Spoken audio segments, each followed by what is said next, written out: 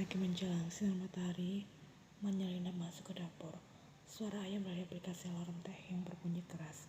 Di dapur, Ian terlihat santai memakai pendek dengan celana. Rambutnya digulung ke atas dan sedang fokus membuka cangkang telur rebus sambil bersenandung.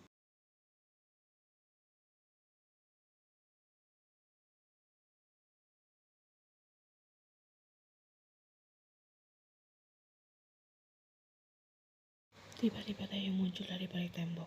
Wajahnya tegang dan rambutnya masih awut-awutan. "Hei Yena, pakailah baju yang benar," serunya tegang setengah berbisik.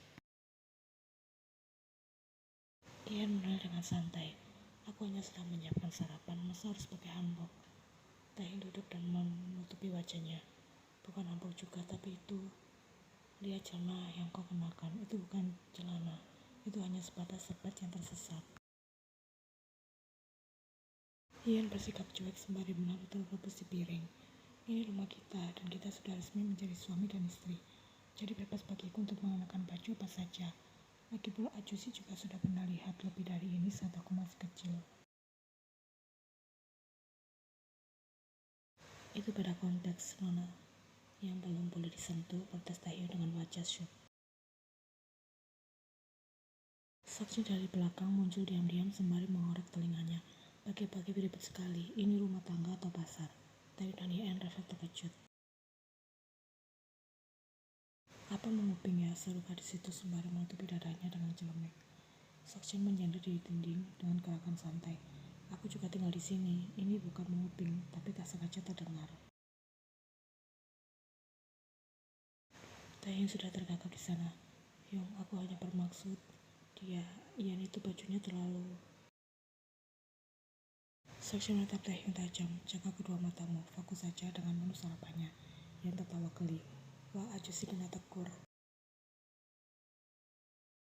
"Kau juga Yana. Kalau mengidam perhatian jangan dari suamimu, dari ayahmu saja sudah cukup." Dengan Sokjin sembari duduk di kursi meja makan. "Apa ini bukan cinta segitiga?" protes yang sarkas.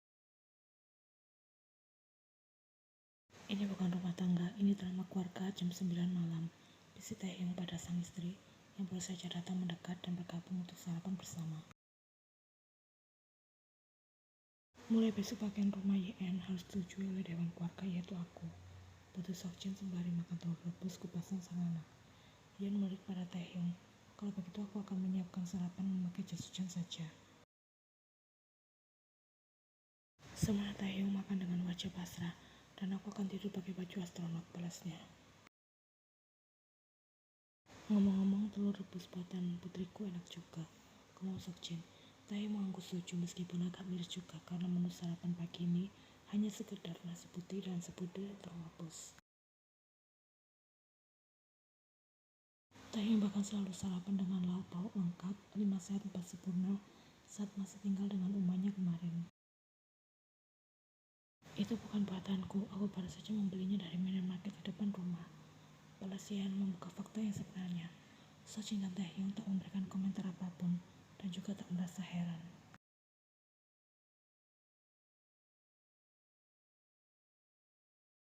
Pintu depan terbuka. Nyonya Kang masuk ke dalam dengan wajah tegang dan tas jinjing. Rambutnya rapi sementara bibirnya merah merona. Siap perang. Ia mencium aroma makanan dan mendekat ke area dapur.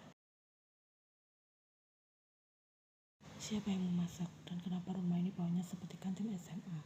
seru Nyonya Kang dengan suara meninggi sembari mengendus.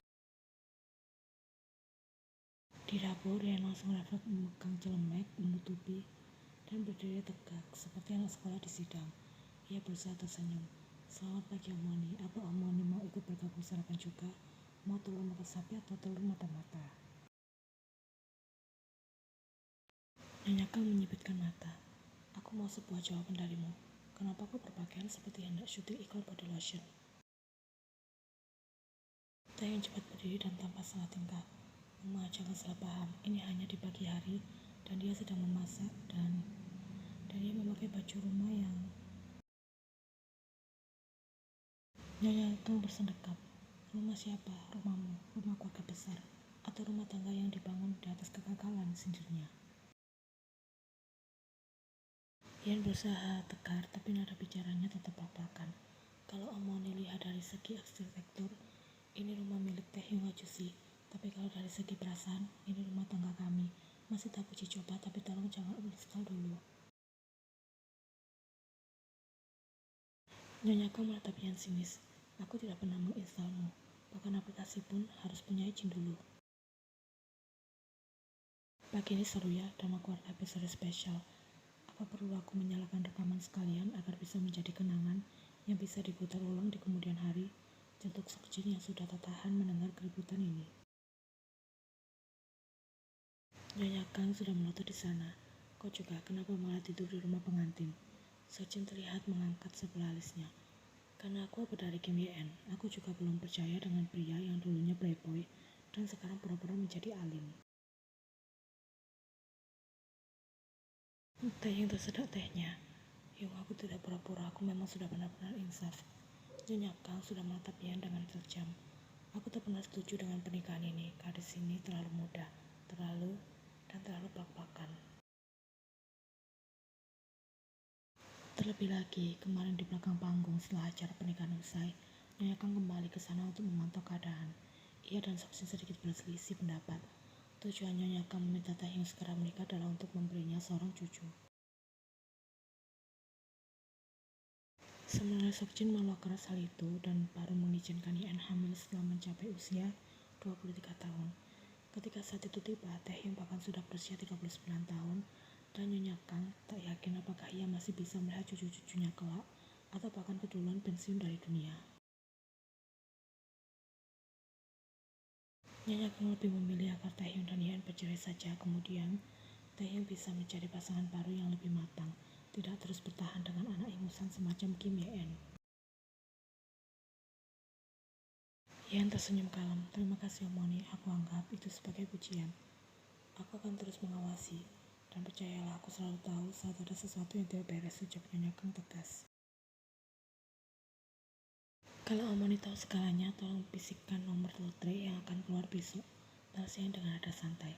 Taehyung langsung menepuk dahinya. Seokjin tergagas sementara Nyonya Kang berbalik badan dengan gaya ala villain, drama klasik dan melangkah keluar tanpa sepatah kata pun. Taehyung mengusap wajahnya frustasi. Kenapa pagi-pagi rasanya seperti syuting variety show horor? Tenang saja Ajusi, masih ada momen makan siang dan makan malam. Siap-siap saja balas Yan. Seokjin menyuruh ke tehnya, kalau kau kuat sampai sore, aku akan resmi merestui hubungan kalian. Tapi sebenarnya kau akan menyerah sebelum jam 12 siang. Taehyung menerawang jauh. Dulu ia selalu mendambakan pulang ke rumah setelah seharian lalu bekerja dari rumah sakit. Tapi sekarang menghabiskan waktu di rumah sakit selama 24 jam sebenarnya jauh lebih baik daripada pulang ke rumah.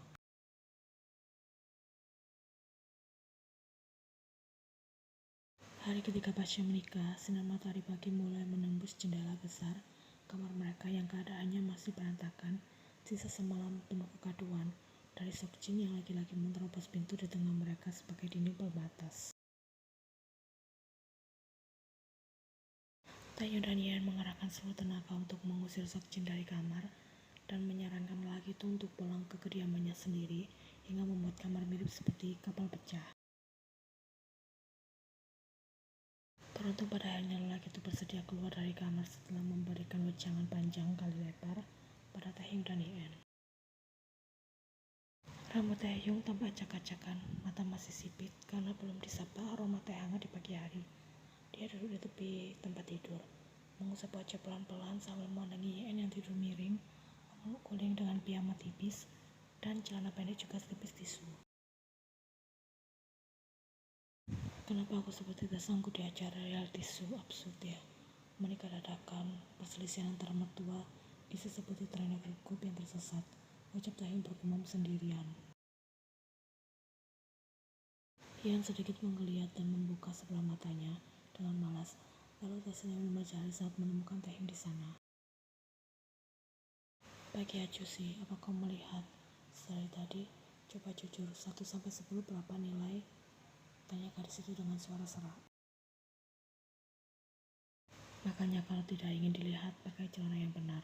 Ini rumah bukan villa di Pulau Dewata. Yan kembali tersenyum lebar. Acu sih boleh melihat sepuasnya kok.